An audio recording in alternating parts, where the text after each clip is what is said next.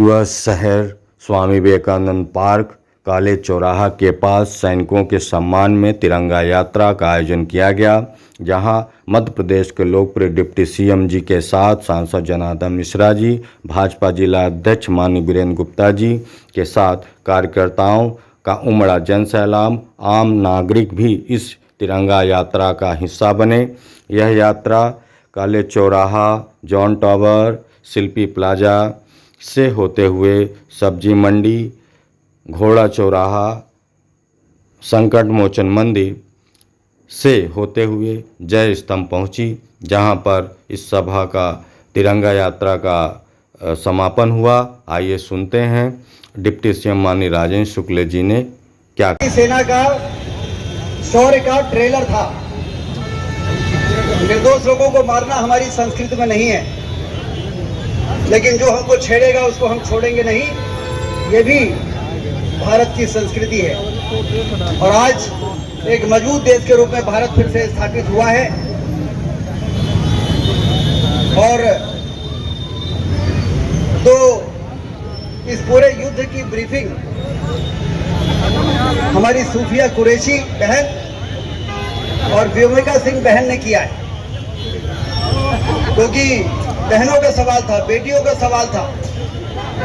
और सबसे बड़ी बात यह है कि भारत को धर्म के नाम पर बांटने का जो कुटिल चाल थी, वो चाल भी पूरी तरह से फेल हुई है, क्योंकि भारत का मुसलमान, भारत का हिंदू, हर राजनीतिक दल के लोग, चाहे वो ओवैसी जी हो, चाहे वो कांग्रेस हो, चाहे वो समाजवादी पार्टी हो, इस पाकिस्तान को आतंकवादी देश घोषित करने का काम भारत के सभी राजनीतिक दलों ने किया।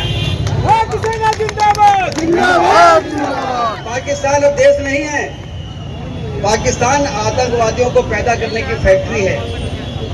ये हम नहीं कहते हैं, अब ये सारी दुनिया ये बात कह रही है। और इसलिए ये फिल्म का ट्रेलर था ऑपरेशन सिंदूर। हमने किसी निर्दोष को नहीं मारा, हमारी सेना ने, लेकिन पाकिस्तान ने हमारे निर्दोष लोगों को मारने के लिए ड्रोन चलाए, मिसाइलें चलाई, और उनके एक एक ड्रोन और एक एक मिसाइलों को हमारी भारतीय सेना ने आसमान में ही उसको निष्फल कर दिया, धरती में उसको गिरने ही नहीं। ये हमारी सेना की ताकत है, और इसलिए सेना को सैल्यूट है और सेना को सलाम है। और हम सब ने ये संदेश दिया है कि यदि आप हमसे टकराएंगे तो चूर चूर हो जाएंगे। भारत अब शक्तिशाली देश है, भारत एक आगे बढ़ता हुआ देश है।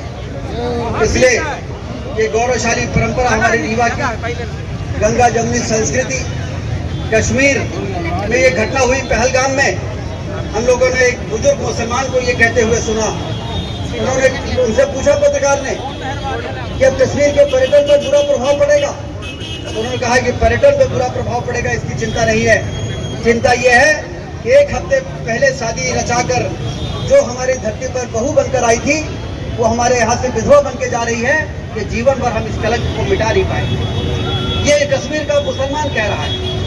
इसका मतलब ये है कि पाकिस्तान ने, आतंकवादियों ने धर्म के नाम पर देश में वर्ग संघर्ष हो जाए, ये जो चाल चली थी, वो ना तो हिंदू के हैं ना मुसलमान के हैं।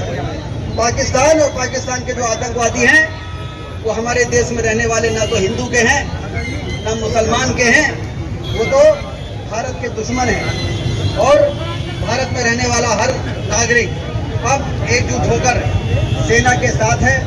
हम लोगों का कितना सौभाग्य है कि सेना का नेतृत्व करने वाले जो प्रमुख हैं, वो हमारे रीवा की धरती के सपूत हैं।